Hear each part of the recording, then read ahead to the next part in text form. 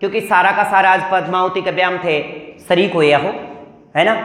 क्यों? मैंने बोला था कि भी शनिवार को आपको बोला था कि आप पद्मावती के विवाह में सारे के सारा सादर आमंत्रित हैं, कोई भी छुट्टी नहीं मारेगा। तो अभी मैं इसकी कहानी बताता हूं। कहते हैं कि पद्मावती जो थी वो एक तोता रखती थी जिसका नाम हीरामन तोता था। क्या नाम था? हीरामन तोता। हीरामन तोता आदमी की हूबहू जुबान बोलता था। और हीरामन तोता एक दिन पिंजरे से निकल करके जंगल में चला गया और वो जंगल में किसी शिकारी के हाथ लग गया और शिकारी ने उसे महंगे दाम पर किसी ब्राह्मण को बेच दिया। अब वहां से ब्राह्मण वो तोता लेकर के चित्तौड़ आ रहा था साहब। चित्तौड़ आ गया और चित्तौड़ दूर के आगे से जा ही रहा था कि ये तोता आदमी की हूबहू जुबानी बोलता है। कोतवाल ने सोचा यार उस किले के अंदर जो दरबारी आगे किलेदार था उसने सोचा कि क्यों ना महाराज से भी बात कर ली जाए, ये तोता इनको पसंद आएगा, है ना, शायद हमें भी कुछ मिल जाए। तो वो तोता उसे ब्राह्मण से रावल रतन सिंह ले लेते हैं। कहते हैं कि रावल रतन सिंह देखने सोए हुए थे, तोता उसकी जुबानी बोलता है, पद्मिनी के रूप सुंदरी की चर्चा करता है। मुझे तो ये समझ में नहीं आ रहा कि यार तोता महिला के रूप सुंदरी की चर्चा कैसे की होगी, और की होगी तो अपनी जुबान में कैसे की होगी। पर बात लिखा हुआ है तो अपन मान लेते हैं ऐसा हुआ होगा। तोते भी बोले होंगे क्योंकि आजकल इंसान भी तोते की जुबानी बोलते हैं कि जैसे बोला जाता है वैसे ही बोलते हैं कि बोल हैं, सुबह उठते ही गुड मॉर्निंग, जुबान फिक्स है, शाम को गुड इवनिंग, तो तोते की जुबान है ये। अब क्या हुआ, इस रूप सुंदरी की बात सुन करके रावल रतन सिंह के दिमाग में भी उस पद्मिनी को देखने की विचार आया होगा, विचार आया और अपनी रानी नागमती को कह दिया कि तू यहां रहे, अपन चले। अब यहां पे देखो शासनकाल में हम 2 ही साल की बात की है। अब कहते हैं कि सीलदीप चला गया, सीलदीप श्रीलंका में पड़ता है। सीलदीप जाकर के योगी का भेष धारण कर लिया। किसका? योगी का भेष धारण करता है और जाकर के उस गंधर्व सेन के दरबार में चला जाता है और पद्मिनी से भिक्षा पाने की जिद कर लेता है। पद्मिनी भिक्षा डालती है, पद्मिनी को देखते ही पहली बार ऐसे स्टेच्यू हो गया। स्टेच्यू समझ रहे हो? पद्मिनी को देखते ही रावल रतन सिंह स्टेच्यू घायल हो गया साहब। क्या हो गया? घायल। अब क्या है कि रोजाना उसकी तो आदत जाना, यानी पद्मिनी को देख के ही खाना खाना है साहब।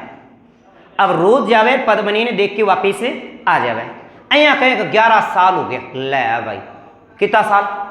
बंदे 11 साल काट दिया। रोजाना देख के आवे, भिक्षा ले आवे, देख के आवे और भिक्षा ले आवे। कहते हैं एक दिन बेचारे की सबर की घड़ी टूट गई और कह दिया कि मुझसे शादी करोगी, और अपना नाम राजा बताता कि भाई मैं राजा हूं। पद्मिनी सोची देखो मूडी रोज की भिक्षा मांगा, आज मेरे को मैं राजा हूं। बड़ी भौचक्की हुई पद्मिनी, और पद्मिनी ने सारा वृत्तांत अपने पिताश्री को सुना दिया कि पापा आज तो गजब हो गयो। बोले कि बेटा यहाँ कया मुलट का रखे? बोले पापा एक रोज की मूडी आवे और मूडी दाना रोज डालू। आज नु मुझसे शादी करेगी और अपने आप को राजा नहीं बतावेगा, राजा हूं क्या मैं तो हैरान हूं मूडन देख के। अगर वो मूडू मेरे सामने आ जाए तो मूडी के आज खैर नहीं। गंधर्व सेन ने कहा कि भाई ऐसा हुआ तो राज्य के जितने भी योगी हैं उनको बंदी बना लिया जाए। अब कहे कि मूडियन के कर लिया, बंदी बना लिया। सारा मुड्डा की हालांकि मूडिया का पड़ना गया जूत। अब ये बात है रावल रतन सिंह को भी पता चल जाए कि तेरे वजह से, छोटी तेरी गलती से और सारा मूडिया पिटना गया। रावल रतन सिंह चला गया दरबार में और सारा वृत्तांत बताया, साहब मैं चित्तौड़ का राजा रावल रतन सिंह हूँ और आपकी पुत्री से था प्रेम करता हूँ। 11 साल हो गया साहब देखता, कदम तो हिम्मत टूटे ही सा। तो गंधर्व सेन ने सोचा यार गजब बात है, इतना प्रेम तो मैं भी नहीं करता जितना कि ये करता अपने। तो उसी दौरान क्या कर दिया, पद्मिनी से गंधर्व सेन ने विवाह कर दिया। पद्मिनी का गंधर्व सेन ने रावल रतन सिंह से विवाह कर दिया। अब रावल रतन सिंह पद्मिनी को लेकर के चित्तौड़ आ गए। और आपने देखो राजस्थान के अंदर एक कहावत हुए है कि किसी भी वो पहले तो बू दिखना, चलो ये छोरियो बू दिख के आवा। आजकल तो देखो बूढ़ी लोग आए हैं ना, कई बार छोरा का बंदड़े का मुंह पैप कवे, छोरा तू तो डोड़ को नहीं, छोरी का कर्म खोड़ दिया। भूल जाए आपने राजस्थान के इतिहास में, राजस्थान में ग्रामीण देहाती क्षेत्र में भूल जाए पहले की एक शादी विवाह आया कर तो यो पर्दा प्रथा में ही होया कर तो, क्योंकि उरे तक तो घूंघट होया कर तो बहुरानी के। आजकल तो के स्टेज पर प्रोग्राम हुए किसी हुए छोरी, क्योंकि वो दिन तो चमक चार नहीं दिखे साहब, क्योंकि वो काम है फाउंडेशन को। है ना, वो फाउंडेशन का मेटा पर सुनो दिखा है। आजकल ऐसा नहीं होता, पहले होता था। पहले क्या, कोई लड़की लड़के की शादी हो जाया करती तो शादी के बाद में गामा की लुगाया मुंह दिखाई और लेके आया करती 5-5, 10-10 रुपया, चलो ये छोड़ियो मुंह देख के आऊंगा, मुंह दिखाई गाला। तो कहते हैं मेवाड़ ले आता है, पूरे मेवाड़ का में लुगाया चर्चा फैल गई। रावल रतन सिंह ने एक रानी लेके आए, बड़ी सुंदर है, सारी लुगाई आंगड़ी दब्बा मुंह में, ए इतनी सोहनी है, चलो मैं ही देख के आऊँ। अब बात पूरे चित्तौड़ में फैल गई, चित्तौड़ में पूरी ये चर्चा फैल गई। कहते हैं कि रावल रतन सिंह का एक विश्वासघाती दरबारी विद्वान भी रहा, जिसे सेनापति का भी दर्जा दिया था, जिसका नाम राघव चेतन था। आप का नाम पे पड़ी राघव चेतन का।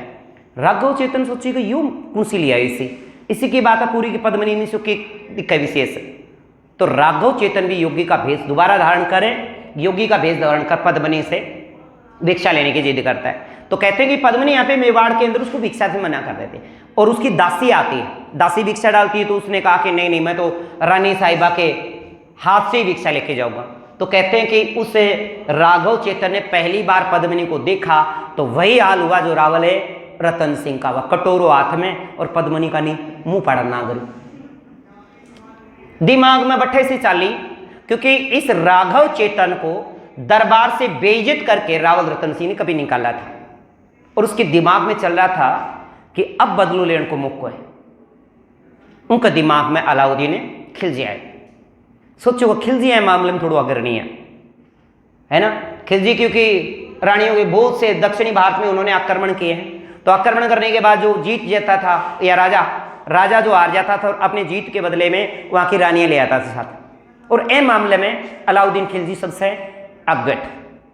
अब बात राघव चेतन में है। अब कहेगा राघव चेतन दिल्ली चले जावे, कि चले जाओ दिल्ली। अब राघव चेतन दिल्ली जाता है, और दिल्ली जाकर के दिल्ली के अंदर को अलाउद्दीन खिलजी से मिलना चाहता है। तो कहते हैं रोक दिया जाता है दरबार पे, तो कहा जाता है कि मुझे बादशाह से बात करनी है, बादशाह से मिलना है। तो कहते हैं जिद के वजह से इसको अलाउद्दीन खिलजी से मिलवा दिया जाता है। अलाउद्दीन खिलजी से जाते ही कहते हैं कि बादशाह हुकुम को सलामत, बादशाह हुकुम को सलामत। अब बादशाह हुकुम को सलाम करके बोले साहब मैं आपसे गुस्ताखी करने की क्षमा मांगता हूँ, अगर मेरे से कोई गुस्ताखी हो जाए तो आप मुझे क्षमा करें। अलाउद्दीन खिलजी थान बेरू वादा तो करे कर, तो तोड़ने मायर तो निभायो आज तक बंद है एक भी को नहीं। यानी इतिहास गवाह है कि अलाउद्दीन खिलजी ने जो वादा किया उसको कभी निभाया ही नहीं। अलाउद्दीन खिलजी कर बोले तू बोल के बात है, इसे के लेके आयो? बोल साहब मैं मेवाड़ का हृदय की बात लेके आयो। मेवाड़ का हृदय की नाम सुनता ही अलाउद्दीन खिलजी का दिमाग में कोई न कोई तो विशेष बात होगी जो ये बात कह रहा है कि मेवाड़ का हृदय की बात लेके आयो, और राजा का दिल से जुड़ी बात है साहब का। पर अगर मेरे से कोई गुस्ताखी हुए तो ए खातर क्षमा मांगो, क्षमा प्रार्थी को बागी हो। तो अलाउद्दीन खिलजी को तू कहे जिसी भी तेरे मन में ऐसी बात तो बता, कोई सी बात लेके आए तू? बोल साहब रावल रतन सिंह एक रानी से शादी करके लाए जिसका नाम पद्मनी या पद्मावती है, और वह रूप की धनी ऐसा, शास्त्रार्थ को ज्ञान रखा, युद्ध नीति में निपुण ऐसा, सारी विधियों से पूर्ण है वो महिला।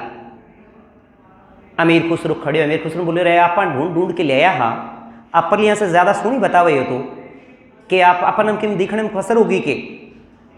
तो अलाउद्दीन खिलजी को रूप सुंदरी की चर्चा राघव चेतन बताता, बंदन रात में नींद क्यों आवे, और रात ने ही सपने में के चलना की पद्मावती। दिन गया अमीर खुसरो कह रहा संदेश भेज और दिल्ली देने की बात कर, और उन्हें रावल रतन सिंह ने कहकर दिल्ली ले ले, बदले में तेरी घराड़ी रानी दे दे। कहते हैं कि संदेश भेजा, संदेश में फरमान लिखवा दिया कि साहब आप दिल्ली के आधी हुकूमत दे दी जाएगी, आप अपनी रानी को हमें सुपुर्द कर दें। बताओ आपकी लुगाई कहें दे दे, कोई दे दे के हैं? अलाउद्दीन खिलजी की छटकेड़ी तो थी। रावल रतन सिंह ने फरमान में कह दिया कि ऐसा संभव नहीं है। दूसरी बार सोचिए ये तो मानना को नहीं। दूसरी बार फिर संदेश भिजवाई, यार दे ना तो यूँ कर ले, तू दिखा दे माने क्या कर तेरी रानी दिखा तो दे, तू बैग के लिए है। दूसरी बार रावल रतन सिंह फिर मना करते हैं कि रावल रतन सिंह कहते हैं कि गैर मर्दों के साथ हिंदू महिलाएं पर्दा भी नहीं उठाती। ए बात कहते हैं सोचे सारा ही नंबर कट गया। आप तो दो बनाया है, तीसरी कोई युक्ति ढूंढा, तीसरी युक्ति में संदेश भेजता है चलो कोई बात नहीं, आमी सामी ना दिखाओ तो कोई जल प्रतिबिंब दिखा दे, जल प्रतिबिंब में उनकी फोटो दिखा दे। मैं तो साहब देखण खातर मारो मन करे का बा युद्ध निपुण में नीति है, शास्त्रों को ज्ञान रखा, रूप की धनी है, तो सब मारो देखण मन करे। तो कहे रावल रतन सिंह इस बात को मान लेता है और रावल रतन सिंह तीसरी बात से सहमत हो जाता है कि भाई रानी साहिबा के जल प्रतिबिंब में चित्र दिखा दिया जाएगा। अलाउद्दीन खिलजी बड़ा चतुर व्यक्ति था, उसको ये पता था कि हिंदुओं के अंदर एक रीति है कि उनके घर में कोई आएगा ना अतिथि, तो पहले तो अतिथि देवो भव आदर संस्कार चलेगा और बाद में जाएगा तो उसको मुख्य द्वार तक छोड़ के आया जाएगा। ये बात अलाउद्दीन खिलजी भली बातें जानता था। अलाउद्दीन खिलजी दिल्ली से चला तो बस उसके तो दिल में सपने ही सपने कि आफ्ता नापन के लेके आनी है, पद्मावती ने लेके आनी है।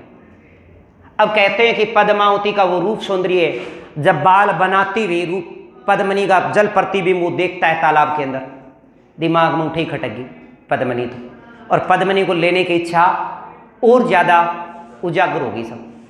अब सोचो कब तो पद्मनी ने लेके चाल से, तो कहते हैं कि रावल रतन सिंह जैसे ही चित्तौड़ दुर्ग के मुख्य प्रवेश द्वार तक उसको छोड़ने आते उसको बंदी बना लिया जाता है और अलाउद्दीन खिलजी बंदी बना करके दिल्ली ले गया और बदले में मांग करता है फिल्मी स्टाइल में, पद्मनी दो और रावल रतन सिंह लो। अब पद्मनी ने भी सोचा यार ये तो बड़ा पंगा पा लिया, ठीक थी उड़ गंदर से इनका अपना मामा पप्पा का उड़े बैठा उड़ा के न्यू कहे एक तो एक कही थी वो न्यू को मन देव कही है को नहीं जहाँ कई बेटा पर बस में भी कही यही बना दे है ना, बस कभी बैठे हो को नहीं है पापा बगल ने भी मम्मी का वैसे ना बेटा मामा होता ही है भाई प्राय, बस में नहीं होता, छोटा बनना है भाई मतलब 2-1.5 साल का तो उसको बोलना आता है पापा मम्मा तो बना देते हो, पता नहीं किस किस की बनाई होगी उसने। अब कहते हैं कि रानी पद्मनी बड़ी चतुर थी और युद्ध नीति में निपुण भी थी। उसने फरमान लिखवाया और फरमान में दिल्ली भिजवा दिया अलाउद्दीन खिलजी के साथ कि अलाउद्दीन खिलजी को कहा कि मैं मेरी सहेलियों के साथ 1600 पालकियों के साथ दिल्ली आऊंगी और सदा आपके हो जाऊंगी। इतने कहीं थे अलाउद्दीन खिलजी का तो बस ओ बड़ो वो तो बिना झगड़े ही काम चलना आग्रह पर तेज थी। कौन है? पद्मनी। पद्मनी ने क्या किया, जो राजा थे या जो सामंत थे, जो वीर योद्धा थे, 1600 वीर योद्धाओं के मुंह छुंडा करवाया बेचारा के ब्यूटी पार्लर से क्रीम कारीम लगा के उन्हें बहू बढ़ा के लुगाई बना के और लुगाया कपड़ा पर आके 1600 पालकी तैयारी की। 1600 पालकी का मतलब एक पालकी के एक अंदर 4 उसके पीछे चलने वाले कितने हो गए 5, 16 5 80, 8000 की सेना के साथ दिल्ली की तरफ है चल पड़ी। कौन है? पद्मनी 8000 सेना के साथ दिल्ली करती कूच। अब दिल्ली पहुंचने से पहले फिर फरमान जारी करवा देती, बोले साहब मैं एक बार रावल रतन सिंह से अकेले में मिलना चाहती हूँ और आप अपनी सारी संपूर्ण सेना हटा लीजिएगा। तो अलाउद्दीन खिलजी सोचिए कि लुगाई की जात है, 1600 लुगाई तो आवेगी साथ या 8000 लुगाई आऊँगी होगी तो लुगाया को की बट्टा है उन्हीं को विरोध था कि वीर योद्धा होना करे। और जैसे ही रावल रतन सिंह को वहां से छुड़वाता ही है, यानी अपनी चातुरी नीति से वहां से दिल्ली से उसको छुड़वा करके चित्तौड़ आ जाती। अलाउद्दीन खिलजी पतो चल लो कह वह तो भागी लेगी, रतन सिंह ने तो लेगी। अब रतन सिंह का पीछा और अलाउद्दीन का पीछा करते हुए अलाउद्दीन खिलजी की सेना आती है, परंतु इसके दो एक भैया हर एक इनका चाचा है, गोरा और बादल। गोरा इनका चाचा, बादल इनका रिश्ते में भाई। अब उन्होंने उस सेना को रोका और वीर गति को प्राप्त हो गए। गोरा बादल युद्ध में मारे गए। अब चित्तौड़ आ जाते हैं। अब चित्तौड़ पीछे कौन आ गया? अलाउद्दीन खिलजी की सेना आ गई। अलाउद्दीन खिलजी की सेना आ जाती, चित्तौड़ पे आक्रमण होता है और चित्तौड़ पे आक्रमण होता है 25 अगस्त 1303 को। कब होता है?